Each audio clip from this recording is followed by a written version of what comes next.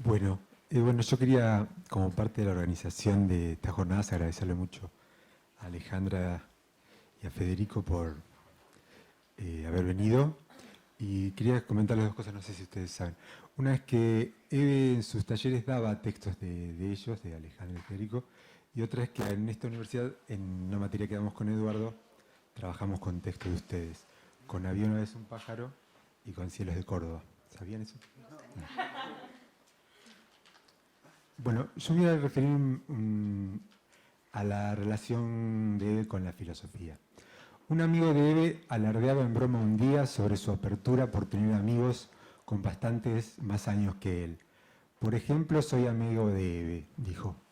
Cayendo en su provocación, le respondí, qué vivo, eso es como ser amigo de Aristóteles.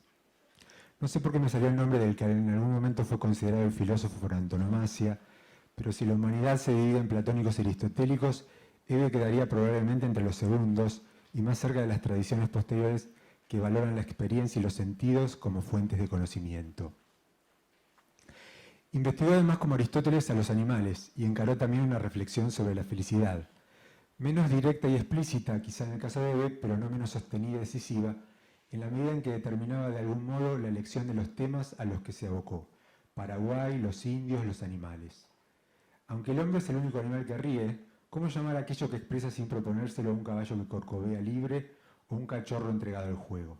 De esa felicidad que sacudió el cuerpo, la que sintió ella como investigadora al ocuparse de lo que le interesaba, libre de los dictados de la moda y el deber ser, están hechos sus textos. Pero hubiera sido quizá más acertado comparar a Eve con otro filósofo griego.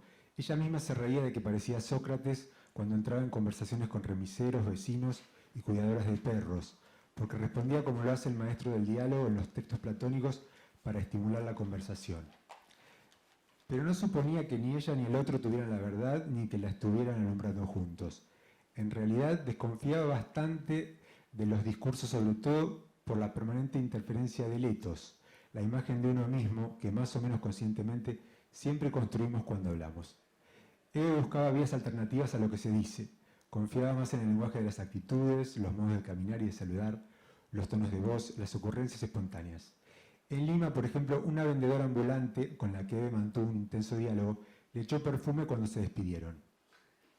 Esa insólita acción de la señora, expresión probablemente de buenos deseos, fue la pieza inmaterial más valiosa que se trajo del Perú, que como un extraño brillo mantenía siempre una cuota de misterio. Además de que toda su vida dio clases, primero en escuelas primarias y luego de filosofía en la universidad, Eve practicaba a su modo la antigua tradición de los maestros, sobre todo a través de los grupos que recibía en su casa y otros que tuvo en diversos espacios e instituciones. Se reconocía más en el rol de maestra o profesora que en el de escritora, aunque la actitud del que acerca conocimientos como algo que existe para ser compartido se percibe también en su literatura, por la claridad con la que revela la experiencia vivida ante el lector. El único problema de tener grupos era que tenía que articularlo con otras de sus actividades favoritas: viajar. Oportunidad para acercarse a otros seres y situaciones, alejarse de las comodidades de lo conocido y de las incomodidades subjetivas, salir de sí, al que consideraba, como Simone Weil, su filósofa favorita, el sentido fundamental del arte. Tampoco se apegaba mucho a los grupos ni a sus integrantes. Si alguien iba durante mucho tiempo, lo invitaba a que se fuera, invitación a la que los alumnos solían hacer oídos sordos. Lo de los grupos era una situación que se armaba casi naturalmente. Cuando estuvo en Colombia, decidió visitar una isla a la que llamativamente no iba ningún turista. Cuando llegó entendió por qué. No había ningún atractivo, solo un barrio de casas muy pobres. Pero fue rodeada por un grupo de personas con las que departió largo y tendido. Ella no solo no se presentaba como filósofa ni como escritora, veía el rol de literato e intelectual como una carga de la que conviene guardar distancia y sacarse en lo posible de encima a la hora de escribir. Actividad que aconsejaba hacer con cierta inocencia. Las mejores cosas son las que parecen anónimas, las que sus autores hicieron sin querer queriendo. Le parecía alienante y deprimente hacer literatura de literatura. Consideraba un internismo feroz escribir siempre sobre escritores y libros. Por eso le molestaba que los personajes de un escritor fueran artistas, músicos, pintores o traductores. ¿Cuántas personas en el mundo hay así?, decía. Tampoco la convencían las historias retorcidas y rebuscadas, que siempre hay triángulos en las relaciones amorosas como en el cine francés. Concebía la tarea de escribir como el resultado de un proceso de elaboración mental, por el que se efectúa un trabajo de revelación más que de invención, La materia prima es el lenguaje y la mirada del otro. Nunca se me hubiera ocurrido a mí, planteaba, comparar como lo hizo un paisano con el que conversó, la mirada de frente del caballo con la de un cristiano.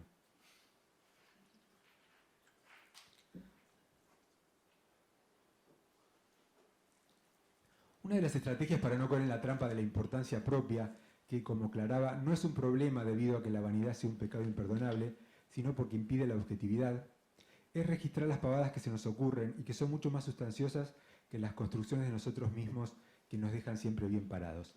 Decía, yo por ejemplo me pregunto cómo dormirán los pájaros, y si no me llaman mis amigos cuando estoy desocupada pienso, no llaman cuando tienen que llamar. Eve no decía, solo sé que no sé nada. Agradecía la educación recibida en instituciones públicas argentinas, como dijo en el discurso de recepción del Premio Rojas, pero también aclaraba, si no escribo no pasa nada. Es decir, es conveniente quitarle el carácter de destino inevitable a la propia tarea, y aunque reconocemos un estilo personalísimo en su escritura, desconfiaba mucho del virtuosismo lingüístico, no la seducían los juegos de palabras ni la sugestión del oscuro e indirecto. Tampoco abordó la situación política y social, aunque le interesara, pensara y discutiera bastante sobre el tema. Creía que era una cuestión de complejidad. No sé manejar muchos personajes, decía. Eve enseñó muchos años filosofía, preparó y dictó durante ese tiempo prolijas clases sobre los pensadores, desde los presocráticos hasta Foucault, pero no hablaba de contenidos teóricos por sí mismos. En su discurso aparecían de vez en cuando las voces de Hume, Spinoza, Kant, Nietzsche, así como las de escritores como Felisberto, Chekhov o Caldwell, pero en la medida en que iluminaron un aspecto particular sobre el ser o la situación que estaba analizando. Pero tenía también mucho valor para ella otras fuentes, como la sabiduría criolla anónima que se expresa en refranes y dichos. Entusiasmada por la promesa que le hizo un señor de que en Tapalqué se engendraban y modificaban todo el tiempo refranes propios, se fue hasta ese pueblo en el que no solo no encontró dichos, tampoco había cafeterías ni hotel donde quedarse. Su actitud de filósofa se manifestaba también en el gesto de plantear y sostener una pregunta sin responderla. Ante los grupos formulaba interrogantes tales como ¿por qué se había casado una compañera? ¿O por qué en Argentina no hay buenos dialoguistas? Sus alumnos trataban de dar respuestas inútilmente. Eve recordaba que tanto su decisión de estudiar filosofía como la de su hermano de hacerse sacerdote fueron una forma de desairar las expectativas de sus padres, que hubieran preferido otras carreras para sus hijos. Pero es cierto también que Eve parece haber elegido formarse en filosofía guiada por, como dice Aristóteles, el natural deseo de saber que tenemos todos, en busca de elementos que le permitieran estudiar y conocer no tanto autores, sino el fenómeno de la vida. Por eso pensaba que también podría haber sido etóloga. Se hubiera sentido de lo más cómoda pesando y midiendo animales y estudiando su comportamiento. Observar, pensar y escribir son en Eve momentos de un mismo proceso, la construcción de un vínculo vivo con la vida, que es también un modo de conjurar la muerte. En su literatura, en algunos recuerdos y señorita, podemos encontrar el origen de su relación con la filosofía. Parece haber sido hechizada por el estilo enfático, por la fuerza dramática del lenguaje del escritor francés Léon Bloy, una suerte de Nietzsche católico francés. Cayó en sus manos un tomo de su diario en la que hablaba de la execrable burguesía, de los comerciantes proxenetas y de las visiones de su mujer Juana en las que él encontraba signos que anunciaban el fin de los tiempos. Es curioso que esa actitud declamatoria la llevara a la filosofía. Para él se escribe como se habla, de ahí su predilección por la tradición de escritores argentinos como Fray Mocho, Wilde, Mansilla y Arlt, que tienen un particular oído para registrar la oralidad. Pero también tiene que haber un vínculo claro entre pensamiento y escritura.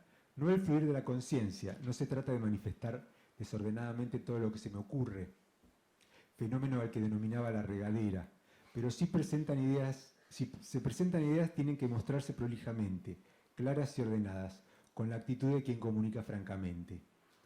Fue determinante también el contacto que tuvo en su adolescencia con el libro ¿Jesucristo es Hijo de Dios? Como cuenta el narrador de algunos recuerdos, el texto presentaba argumentos para afirmar que solo Jesús era el Hijo de Dios y no el resto de impostores que se presentaron como tales. Pero lo que le resultó más pregnante fue el modo dramático en que planteaba las consecuencias que tuvo el debate acerca de si Jesús era Hijo de Dios o si era de Dios y del Espíritu Santo. El autor afirmaba que Esaí puso en movimiento toda la caballería de Europa. No el debate, pero sí esa lectura le impulsó a una Eve adolescente a salir de inmediato a la calle y marchar a toda velocidad hasta llegar a las afueras del pueblo. Cuando llegó al campo y comenzó a ver vacas y caballos, se detuvo. Sintió que esos animales le decían que aunque ellos estaban ahí quietos, el mundo era ilimitado, que podía llegar a cualquier parte si quería. Esa viva conciencia de lo posible fue una experiencia iniciática. La conservaría en secreto hasta para sí misma. Era algo a lo que se podía recurrir solo de vez en cuando. Si se lo usaba mucho, podía volverse loca. Esa revelación, a la que el narrador denomina sentimiento muy hermoso, guió más o menos conscientemente su trabajo de maestra, pensadora y escritora, que como sabemos son en Eve aspectos internamente conectados.